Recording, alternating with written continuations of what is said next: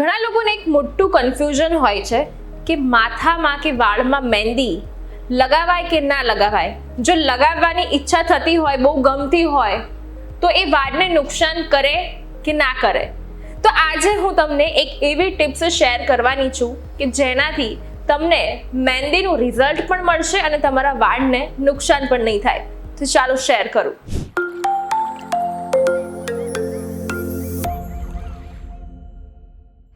લાંબા, ચમકદાર અને ઘાટા વાળ દરેકની ચોઈસ હોય છે અને એમાં પણ તમને બ્લેક હેર કરતાં થોડાક બ્રાઉનિશ હેર દરેકને ગમતા હોય છે અને એટલે જ લોકો મહેંદી પણ કરતા હોય છે. ઘણા લોકો ગ્રે હેર કવર કરવા પણ મહેંદી કરતા હોય છે, પણ આ મહેંદીને પ્રોપર રીતે કરવામાં આવે તો એનું રિઝલ્ટ જે છે એકદમ ડબલ થઈ જાય છે અને વાળની શાઇન વધારે છે.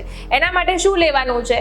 તો તમે મહેંદી જ્યારે પલાળવાની હોય પહેલાં તમારે આ એક પાવડર બનાવીને રેડી કરી લેવાનો છે. તમારે એના માટે શું લેવાનું છે? તો 1 કપ ભરીને અળસી લેવાની છે, 1 કપ ભરીને મેથીના દાણા લેવાના છે.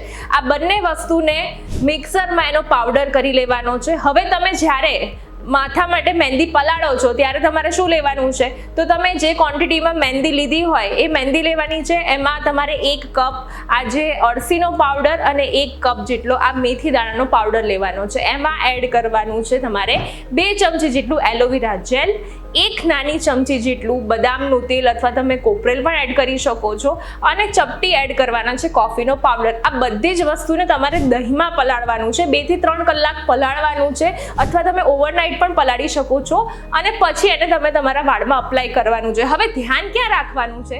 તો ઘણા લોકો મહેંદી લગાવીને ગમે એટલો સમય રાખી મૂકે છે, પણ ધ્યાન એટલું રાખવાનું છે કે વાળમાં મહેંદી મેક્સિમમ 1 કે 2 કલાક સુકાઈ જાય ત્યાં સુધી જ રાખવાની છે. જેટલો વધારે સમય તમે માથામાં મહેંદી સુકવવા દેશો અથવા તો રાખી મૂકશો એટલા તમારા વાળ જે છે એ ડ્રાય થઈ શકે છે. એટલે 1 કે 2 કલાક તમારા માથાની મહેંદી સુકાઈ જાય એટલે તરત સરખી રીતે વોશ કરી લેવાના છે.